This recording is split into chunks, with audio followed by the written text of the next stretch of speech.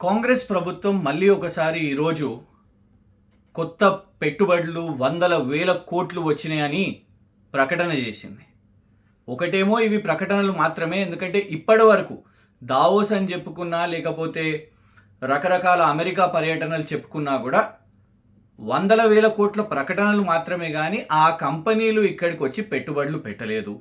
అంతేకాకుండా ఇందులో చాలా కూడా ఫేక్ కంపెనీలు, అది గోధి ఇండియా కానివ్వండి, స్వచ్ఛ బయో కానివ్వండి, వాల్ష్ కర్రా కానివ్వండి.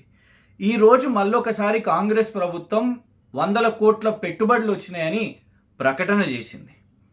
ఇందులో తెలంగాణ ప్రజలకు తెలియాల్సింది ఏంటంటే, రెండు కంపెనీలు మనకిన్ బయో 340 కోట్లు పెట్టుబడి ఇక్కడ తీసుకొని వస్తుంది అని కాంగ్రెస్ ప్రభుత్వం మంత్రి గారు ప్రకటన చేశారు.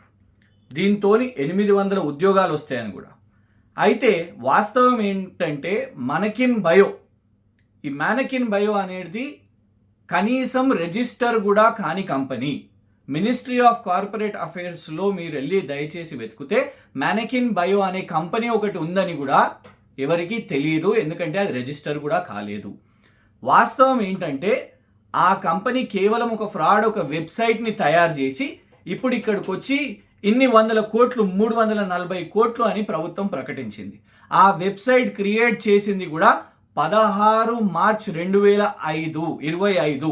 ఇదే సంవత్సరంలో వెబ్సైట్ను ఒకటి క్రియేట్ చేసి అందులో ఏ పేర్లు పెట్టకుండా ఎవరున్నారు ఏంటిది ఆ కంపెనీ ఎవరిది అని తెలియకుండానే ఇవాళ వచ్చి మంత్రి గారితో 340 కోట్లు ప్రకటన అనేది తెలంగాణ ప్రజలను మోసం చేయడానికి.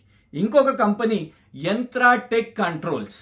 ఈ యంత్రా టెక్ కంట్రోల్స్ వాళ్ళు కూడా 255 కోట్లు ఇక్కడ పెట్టుబడి పెడతారు అని ప్రకటన చేశారు. పోనీ ఈ కంపెనీ అసలు ఇన్ని సంవత్సరాలు ఎంత లావాదేవీలు చేసిందబ్బా, ఎన్ని వందల కోట్లు చేసిందో, ఇప్పుడు 255 కోట్లు పెడతారంట అని చూస్తే వాస్తవం ఏమంటే గత సంవత్సరం ఈ కంపెనీ ఆర్థిక లావాదేవీలు నష్టాల్లో ఉన్నాయి. ఎంత నష్టాలంటే 2,34,000 రూపాయలు. 2,34,000 రూపాయలు నష్టాల్లో ఉన్న కంపెనీ అంట 255 కోట్ల పెట్టుబడి పెడుతుందంట. ఇది కాంగ్రెస్ ప్రభుత్వం ప్రకటన. దయచేసి ఇప్పటికైనా ఈ బోగస్ కంపెనీల ప్రకటనలు మానండి.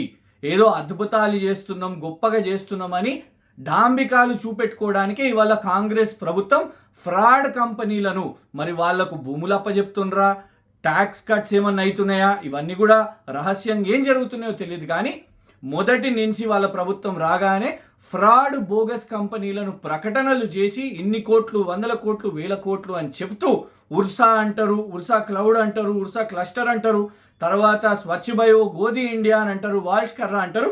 ఇప్పుడు మనకిన్ బయో అండ్ యంత్రా టెక్ కంట్రోల్స్ అనే కంపెనీలతోని ఫ్రాడ్ ప్రకటనలు చేసి మళ్ళా తెలంగాణ ప్రజలను కాంగ్రెస్ ప్రభుత్వం మోసం చేస్తుంది.